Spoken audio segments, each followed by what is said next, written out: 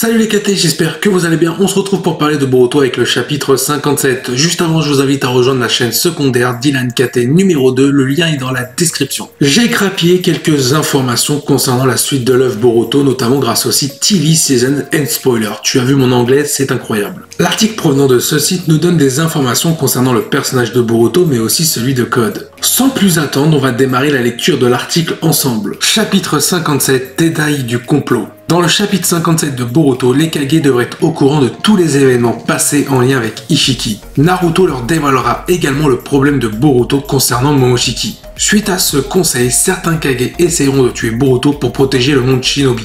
Durant cet acte, à l'encontre de Boruto, celui-ci pourrait y perdre son œil. Ce chapitre devrait poser les premières bases de la prochaine grande guerre ninja. Concernant le personnage de Code, son objectif sera de faire perdurer la volonté des Otsutsuki. Pour cela, il va recruter Eda, l'une des plus puissantes cyborgs d'Amado. Passons à la partie analyse concernant cet article avec le premier paragraphe. Et là, c'est un peu la stupeur car on avait déjà eu des informations concernant un peu ce qui allait se produire par rapport à Boruto et notamment les Kage grâce au site Block Toro. Cela semble donc se concrétiser concernant le personnage de Boruto qui risque d'être victime d'une tentative d'assassinat de la part d'un des Kage. Maintenant, le responsable de cet acte envers Boruto, pour moi, ce sera Darui. Je vois pas Sojuro en train de faire un acte comme ça par rapport à sa relation avec notamment Kagura et Boruto. Après, concernant le personnage de Kurososhi, je pense pas que ce soit elle car elle a eu un arc avec Boruto, notamment lors de la mort d'Onoki. Par rapport à la mentalité des Raikage, surtout le prédécesseur de Darui, cela ne serait pas impossible que ce soit lui qui ait commandité une tentative d'assassinat sur Boruto. Et évidemment, s'il y a un tel acte qui est commis de la part des Kage, cela signifie trahison, donc cela peut découler sur une 5e grande guerre ninja peut-être déclarée par Naruto, car le monde Shinobi serait fragilisé. C'est ce que nous dit le paragraphe numéro 2, notamment de cet article qui dit comme quoi le chapitre 57 pourrait poser les bases de la grande guerre ninja à venir. Après, je vais faire une réponse globale par rapport aux personnes qui ne pensent pas qu'il peut y avoir une 5e grande guerre ninja. Alors, j'ai envie de te dire que oui,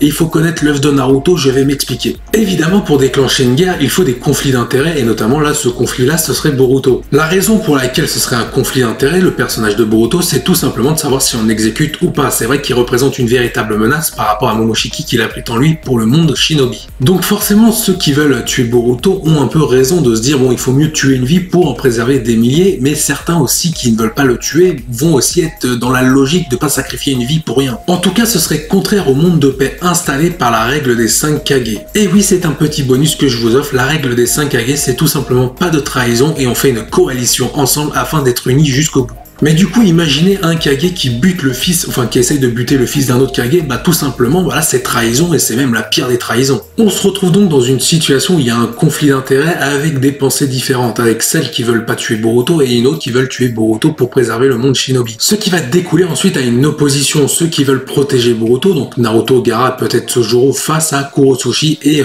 Darui. Et évidemment, dans toutes les guerres, il y a toujours des mini-clans, que ce soit le clan des gentils, des résistants ou le clan des méchants qui se fomentent pour pouvoir prendre le pouvoir. Par exemple, pourrait voir un Code en profiter ou même Amado. De plus, comme il y en a beaucoup qui aiment bien dire oui, mais le manga s'appelle Boruto, bah justement, si Boruto c'est le conflit d'intérêts et qu'il est au centre de l'intrigue, d'où le nom du manga Boruto, on est centré sur lui. En plus, le scénario serait logique et original. Imaginez une menace Otsutsuki et à cause de celle-ci, Boruto se retrouve au centre d'un conflit d'intérêts entre les parties des Kage. Le personnage de Boruto pourrait donc constituer un élément majeur pour la fragilisation du monde Shinobi. Surtout qu'il existe des shonen où c'est pas forcément le personnage principal qui va être le plus développé par rapport à un développement pur, mais tout simplement par rapport à un développement de valeur et ce qu'il représente. Et je vais remettre des pendules à l'heure, je pense que certains n'ont même pas compris comment est conçu l'œuvre Boruto. Boruto représente la jeune génération qui représente la paix dans le monde Shinobi à travers l'univers de Naruto. Et comme Kishimoto l'a annoncé, la suite de son manga va être plus sombre, donc il suffit de prendre le personnage représentatif Boruto qui représente la paix pour le faire basculer du mauvais côté